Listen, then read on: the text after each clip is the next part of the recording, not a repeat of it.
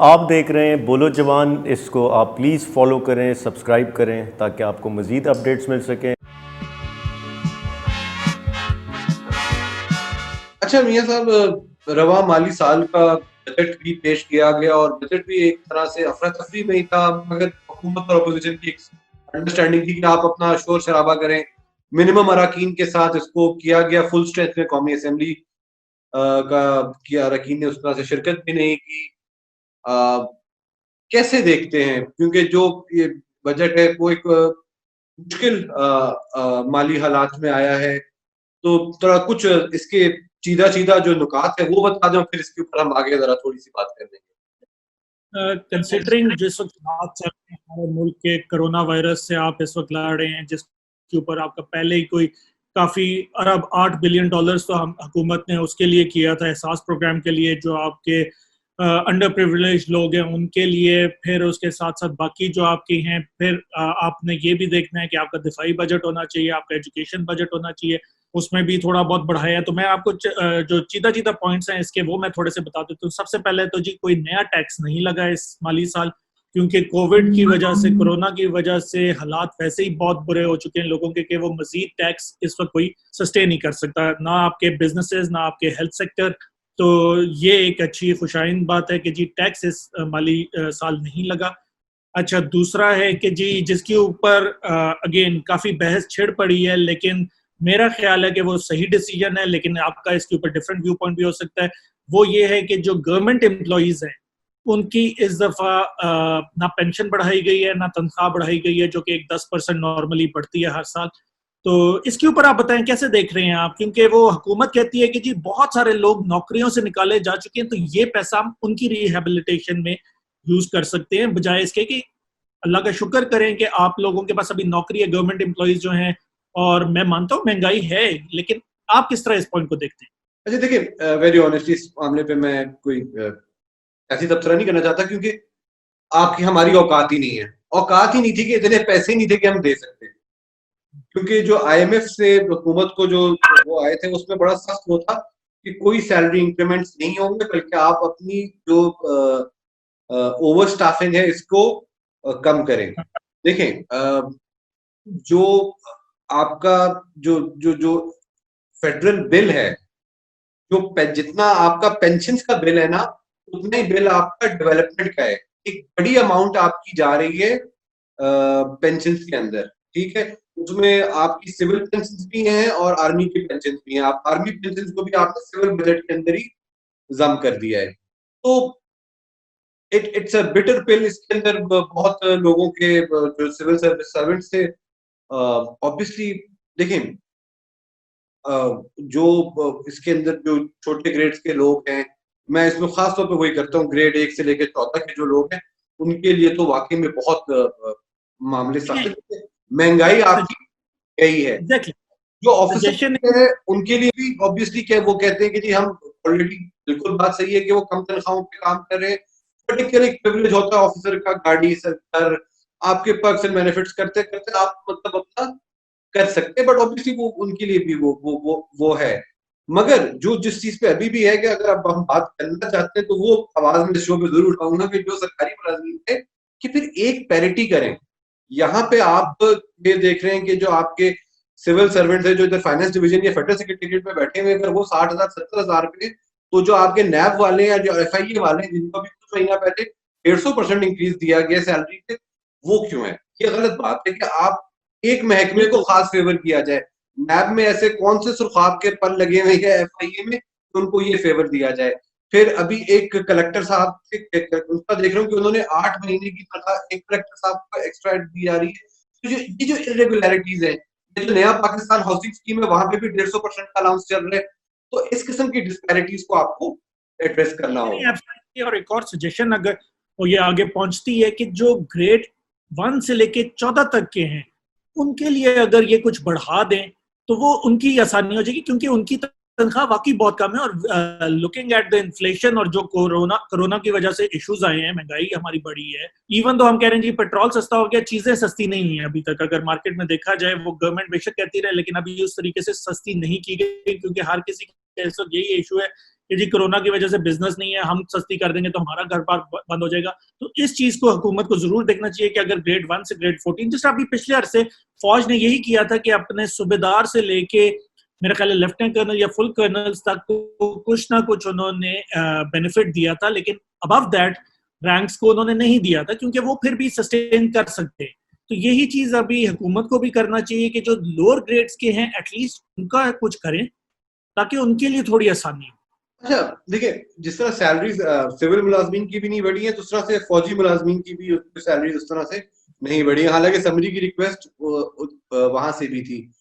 मगर ऐसा ये देखने में जो ऑब्जर्वेशन आई है कि जो इस साल का बजट है उसमें 11% फौजी बजट में इजाफा किया गया है पिछले साल की निस्बत। देखें लोगों का कहना वही है कि जो इंडिया का आपका करंट सेट है उसमें वो इजाफा नागुज़ीर था। आप कैसे देखते हैं दिफाई बजट के अंदर जो इजाफा किया गया है? दफाई बजट को इस दफा बढ़ाना जरूरी भी था। आप रीजन देखें कि पिछले साल जब ये था, जब हुकूमत आई थी तो दिफाई बजट में कोई इंक्रीज नहीं हुआ था, और कंसिडरिंग हमारे जो आजकल जो हालात भी चल रहे हैं विद इंडिया, आप देख लें ईरान के साथ भी हो रहे हैं, अफगानिस्तान साइड से भी आपके ऊपर, अब कल आप देखें 2-4 दिन पहले ये पिंडी के अंदर फिर से वो शुरू हो गए, बॉम्ब एक ब्लास्ट हुए। तो अब इस चीज को भी हमें देखना पड़ेगा कि क्या ये किस तरह से, अगर देखिए हमारी जो बाउंड्रीज हैं वो वल्नरेबल, इसको आप देख सकते हैं कि इंडिया इस वक्त, क्योंकि वो कोरोना वाला भी उन्होंने मसला अपना कहीं ना कहीं डिफ्यूज करना है, कश्मीर का इशू उनके ऊपर बहुत ज्यादा उठ गया है, और बहुत सारे जो उनके विद इन कंट्री जो है मुसलमानों के अगेंस्ट वो बहुत सारे उठ गए। तो ऐसे हर टाइम जब कोई इंडिया के ऊपर इस तरह का कोई इशू आता है तो वो कुछ ना कुछ जरूर करते हैं। तो खैर ये तो एक चलता रहेगा डिफेंस।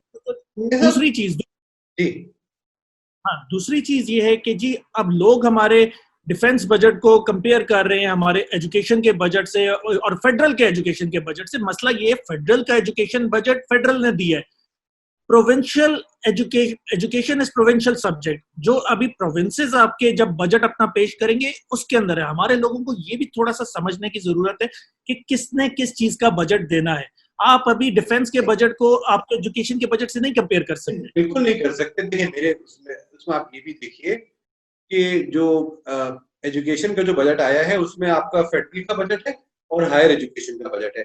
हायर एजुकेशन के बजट के अंदर रिडक्शन की गई है, जो पिछले नागुज़ीर वजूहात हैं अब आपने किया है।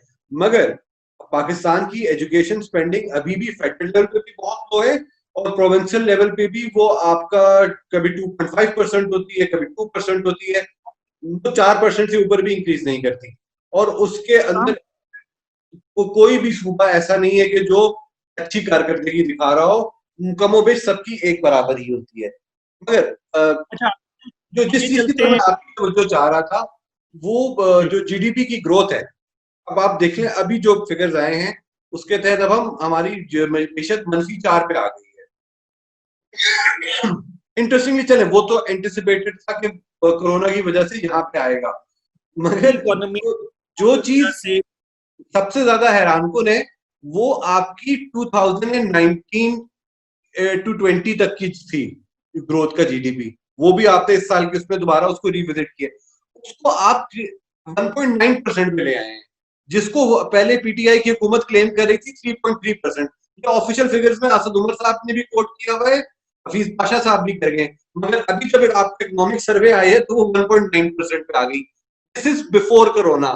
तो यहाँ क्या अदादोशुमार की जादू की छड़ी घुमाई गई कि आपका जो ग्रोथ था वो 3.3% से 1.9% पे कैसे आई। और again just a very humble reminder, जब आपके नाअहलों और करप्ट लोगों की हुकूमत थी तो जीडीपी को 5.58% पे छोड़ के गए थे, जो उनको 3.3% पे मिली थी सरदारी साहब के दौर। नहीं, वो भी उस पे भी वो फेक फिगर्स भी थे, उस पे भी वो रिपोर्ट आ गई थी कि वो आपका 5.5 पे जीडीपी नहीं था, वो जो इसहाक डार साहब ने थोड़ी सी फिजिंग की थी आपने क्या फिगर्स के अंदर, वो भी था। खैर इस चीज को तो हम नहीं, आगे चलते हैं। अगला अपना देखते हैं कि इस दफा 100 बिलियन रखा गया है कोरोना फंड के अंदर, 50 बिलियन रखा गया है और 50 बिलियन पीकेआर और 100 बिलियन जो है वो सेट असाइड किया गया है आपका यूटिलिटी स्टोर्स और इलेक्ट्रिसिटी और गैस के ऊपर, जो कि पहले नहीं आपकी हुकूमतें करती थी, क्योंकि आपके छोटे बिजनेसेस अफेक्ट हो रहे हैं। उसके अंदर आपको जो अभी पहले भी सब्सिडी दी है, जो छोटे बिजनेसेस हैं 30,000 तक का 3 महीने का उन्होंने बिल उनका हुकूमत ने पे किया है। तो हुकूमत जितना कंसिडरिंग, अब बात वही है कि ये हालात पहले नहीं कभी देखे गए थे। अगले पॉइंट पे चलते हैं। डेवलपमेंट प्रोजेक्ट्स गिलगित बल्तिस्तान और कश्मीर में इस दफा फेडरल गवर्नमेंट करेगी। और जो है हमारा ये बजट जो है 208 बिलियन पीकेआर जो है वो एहसास प्रोग्राम के लिए यूज होगा। Support program, income support plus उसके अंदर और लोग भी अब शामिल हो गए हैं जिसको अब नाम मैं आपको कट शॉट करूंगा। देखिए, आप हमाद अजहर साहब की तरह सारे फिगर्स पढ़ के बता सकते हैं, मगर ये भी बता दीजिएगा कि तो आपका डेवलपमेंट बजट था लास्ट ईयर का, वो 20% स्पेंड नहीं हुआ। फाटा के अंदर आपका जो बजट है वो उस तरह से स्पेंड नहीं हुआ। कोई बजट में पेशावर मेट्रो के ऊपर बजट में भी आएगा, उनके बजट में के ऊपर खत्म करेंगे। अब ये पेशावर मेट्रो को अब इसको हुकूमत, बल्कि अब मैं कहता हूँ कोर्ट्स को सीरियसली लेना चाहिए। बुलाएं अब इन लोगों को कि अब बहुत टाइम हो गया। जो आपका हायर एजुकेशन का बजट है वो 60 बिलियन से बढ़ा के 64 बिलियन कर दिया गया है। उसमें 4 बिलियन का, अब पहले आपका था कि 50,000 रुपए की ट्रांजैक्शन आप करते थे तो आपको CNIC की कॉपी देनी होती थी, उसको बढ़ा के 1 लाख कर दिया गया है। भी एक और चीज जो मानेंगे, वो 50,000 पे आपको देखा था लास्ट ईयर कितना फंडा चला था। हुकूमत तो इस पे कोशिश करेगी ना। और दूसरी चीज इसके ऊपर जो आपका एक चीज जिसको मैं खुशाइंद कह रहा हूं कि जो फाइलर्स हैं उनके लिए जो 2 लाख से ज्यादा अपने स्कूल बच्चों की स्कूल की फीस दे रहे हैं, और वो बहुत सारी दुनिया दे रही है, उनके लिए फाइलर्स के लिए विदहोल्डिंग टैक्स को खत्म कर दिया गया है और नॉन फाइलर्स के लिए उसको डबल कर दिया गया है। तो ओवरऑल अगर देखा जाए तो एक उस तरीके का बजट, नोइंग के ये हालात क्या चल रहे हैं, कोरोना कैसा चल रहा है हमारे और कब तक चलेगा ये भी किसी को नहीं पता, और जिस तरीके से हम देख रहे हैं पीक पाकिस्तान में आ रही है, आपको हेल्थ को और ज्यादा हिट करेगा अभी। तो होप यही है हमारी कि अल्लाह बेहतर करे हमारे लिए और हम लोग सुन लें और अपने आप को सोशल डिस्टेंस कर लें और बेहतरी के लिए चले जाएं। फाइनल कंक्लूडिंग रिमार्क्स आप दे दीजिए। देखिए जी, बजट इन हालात के हिसाब से तो मुनासिब ही है। थोड़ा ये उम्मीद थी कि शायद कुछ जगहों पे जो सर्विस जो आपका जो वही बात है ना, जो टैक्स पेयर लोग हैं, इसमें एक उम्मीद थी कि यार कि आप इनकम स्लैब्स को जरा थोड़ा टैक्स कम कर देंगे, जैसा आपके और हमारे टाइप लोग हैं कि इनको जरा थोड़ा रिलीफ मिल जाएगा। बट क्योंकि जो टैक्स के नेट के हालात लग रहे हैं, वेरी ऑनेस्टली, उसमें आपकी हुकूमत अभी तक 2 साल हो गए फेल हो गए। आपने कहा था ना हम बड़े लोगों को टैक्स नेट में लाएंगे, वो 2 साल में कोई बड़ी मगरमच्छ अभी तक टैक्स नेट में नहीं आए। ठीक है, वो अभी तक वेट कर रहे हैं। उसका बोझ आप जैसे, मुझ जैसे और ऐसे जो लाखों पाकिस्तानी हैं जिनको देना पड़ता है, मिडिल क्लास, वो भी टैक्स नेट का उसका बोझ उठा रही है। तो वही बात है कि इसके ऊपर भी जरा थोड़ा सा संजीदगी से जब ये होता है तो ये देखा जाए। कंक्लूडिंग इट, आप लेट्स होप कि इस बजट में आवाम के लिए कुछ आसानियां हो, और जिस तरह ये अगर कोरोना का मामला सेटल करता है तो शायद हमारा जो इकोनॉमिक साइकिल है वो किसी हद तक रिवाइव हो और हुकूमत इसमें कोई बेहतर किरदार अदा कर सके। आप देख रहे हैं बोलो जवान, इसको आप प्लीज़ फॉलो करें, सब्सक्राइब करें ताकि आपको मज़ीद अपडेट्स मिल सकें।